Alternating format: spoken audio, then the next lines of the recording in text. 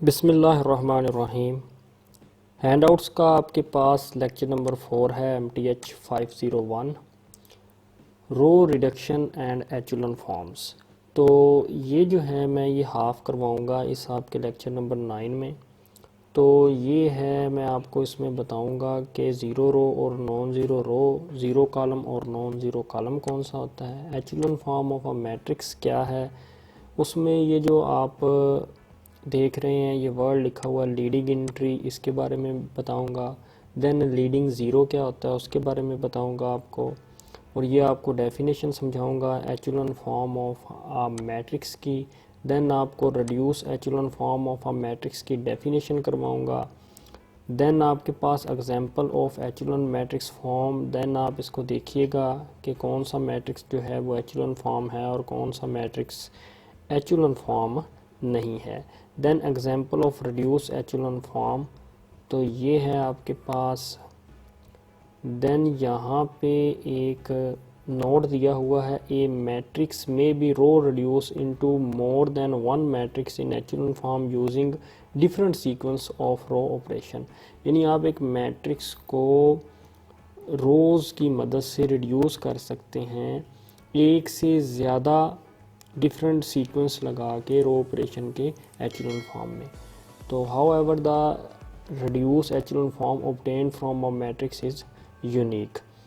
तो ये क्या होता है, वो यूनिक होती है आपकी reduced echelon form. Echelon form आपकी जो है वो different sequence of row operation, however the reduce echelon form from obtain from a matrix is unique. जो आपकी रिड्यूस एचुलन फॉर्म है वो क्या होती है, यूनिक होती है। ये बात आपने जहन में रखनी है। देन थ्योरम आपके पास है uniqueness of the reduced echelon form. यहाँ पे रिड्यूस्ड एचुलन फॉर्म की बात हो रही है, उसकी यूनिकनेस की। Each matrix is row equivalent to one and only one reduce echelon form. ये आपका क्विज आ सकता है आपको। Each matrix is row equivalent, row equivalent matrix की डेफिनेशन मैंने आपको पहले पढ़ाई हुई है, to one and only one reduce echelon matrix. तो ये सारी बातें जो हैं अब मैं आपको बोर्ड पे लेके चलता हूँ कि आप वहाँ पे ये सारी बातें समझें। नॉन ज़ीरो रो और कॉलम क्या होता है, तो ये उसने लिखा हुआ contains at least one non zero entry. कम से कम एक एंट्री ऐसी होनी चाहिए जो ज़ीरो ना हो, रो में या कॉलम में। चलिए मैं अब आपको, मैंने एक मैट्रिक्स लिखा है, मैं उसमें आपको बताता हूँ। सबसे पहले हम रोज़ की बात करते हैं। इसमें रोज़ कितनी है, ये है पहली रो R1, ये है दूसरी रो R2 और ये है तीसरी रो R3। इसमें देखें एक एलिमेंट ऐसा है जो ज़ीरो नहीं है, तो इसलिए ये आपकी क्या है, नॉन ज़ीरो रो है। देन आपके पास इसमें देखें इस रो में, तो में आपके दो एलिमेंट ऐसे हैं जो ज़ीरो नहीं है, तो इसलिए ये भी क्या है, नॉन ज़ीरो रो है। देन आप थर्ड रो को देखें तो इसमें कोई भी ऐसा एलिमेंट नहीं है जो नॉन ज़ीरो, इसलिए ये क्या है, आपकी ज़ीरो रो है। तो अब हम कॉलम की बात करते हैं। ये है आपके पास कॉलम 1, ये है आपके पास कॉलम 2, ये है आपके पास कॉलम 3 और ये है आपके पास कॉलम 4। आप देखें कि ये जो है, ये आपके पास जो है, ये जो नॉन ज़ीरो एलिमेंट है, इसलिए ये आपका कॉलम जो है ये नॉन ज़ीरो है, नॉन ज़ीरो कॉलम है।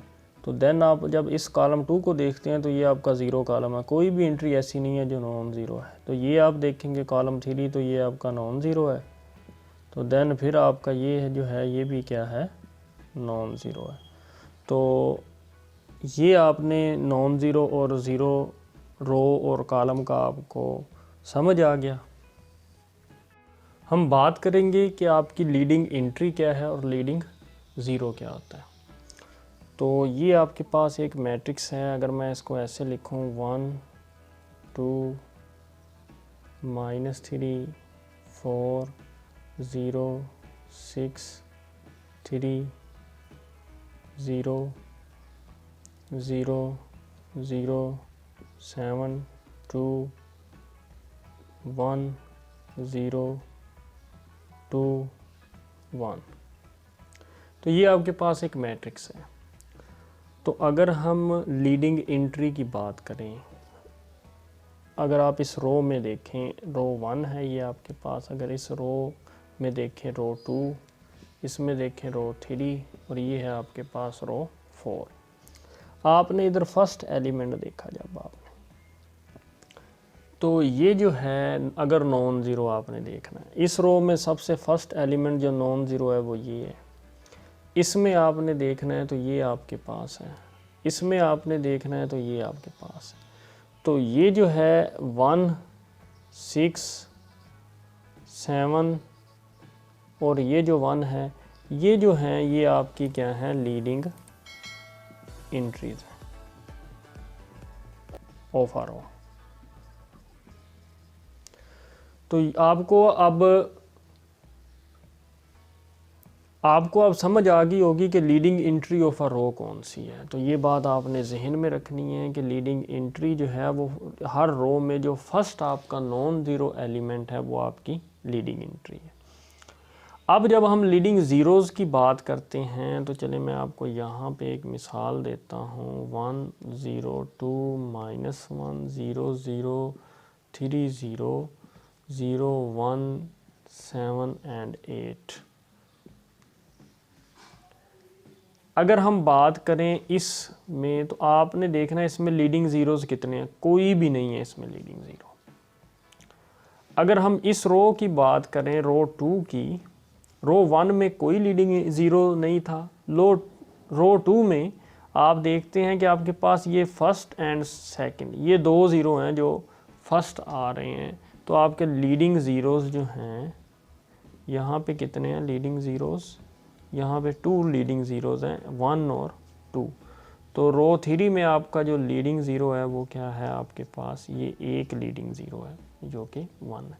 तो ये जो है नॉन ज़ीरो एलिमेंट्स के बाद वाला ज़ीरो जो है वो लीडिंग ज़ीरो नहीं कहलाता। उम्मीद करता हूँ कि आपको लीडिंग एंट्री और लीडिंग ज़ीरोज़ की समझ आ गई होगी। एचुलन फॉर्म ऑफ अ मैट्रिक्स हम ये सीखेंगे। मुख्तलिफ बुक्स के ऊपर जो हैं ये मुख्तलिफ डेफिनेशंस दी गई हैं एचुलन फॉर्म ऑफ अ मैट्रिक्स की। मैंने जो आपके हैंडआउट्स के ऊपर हैं वो आपको लिख के वो मैं समझाने की कोशिश करूँगा।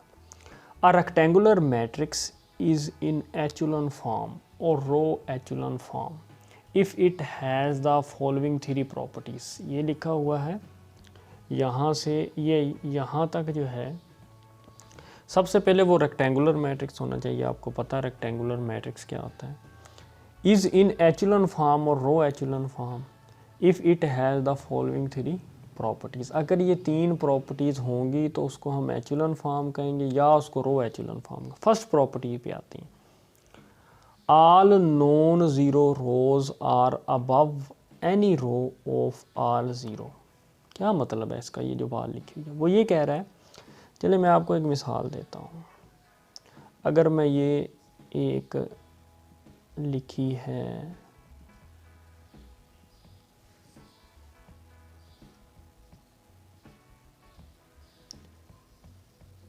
वो ये बात कहता है ऑल नॉन ज़ीरो रो, ये आपकी ज़ीरो रो है, आपको पता है ये आपकी नॉन ज़ीरो रो है, ये आपकी नॉन ज़ीरो रो है, ये आपकी ज़ीरो है, ये नॉन है, ये भी नॉन है। क्योंकि इसके तमाम एलिमेंट ज़ीरो हैं इसलिए ये ज़ीरो है।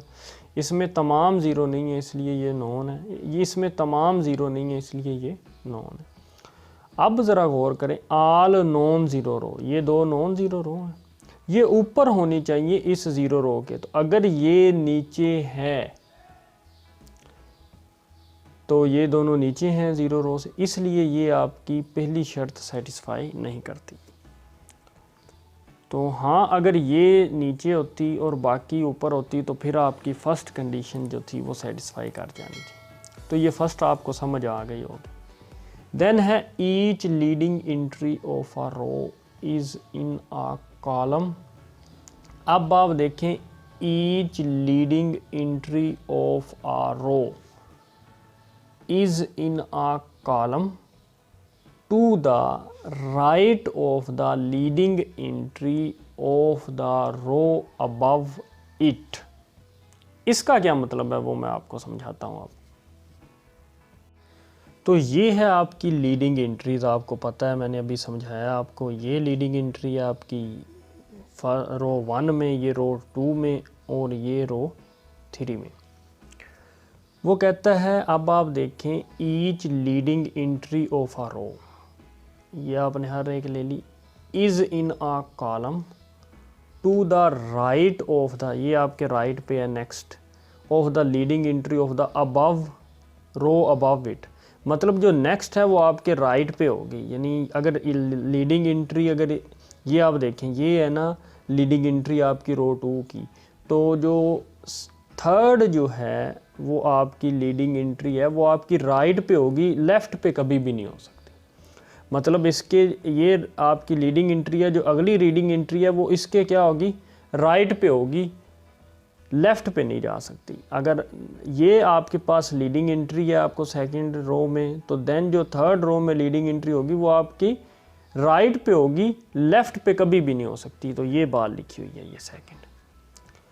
All entries in a column below a leading entry are zero. All entries in a column below a leading entry, तो अगर बाकी एंट्री आप कॉलम में देखें, ये आपके पास लीडिंग एंट्री, इसके बाकी जो नीचे हैं वो क्या होंगे, ज़ीरो होंगे।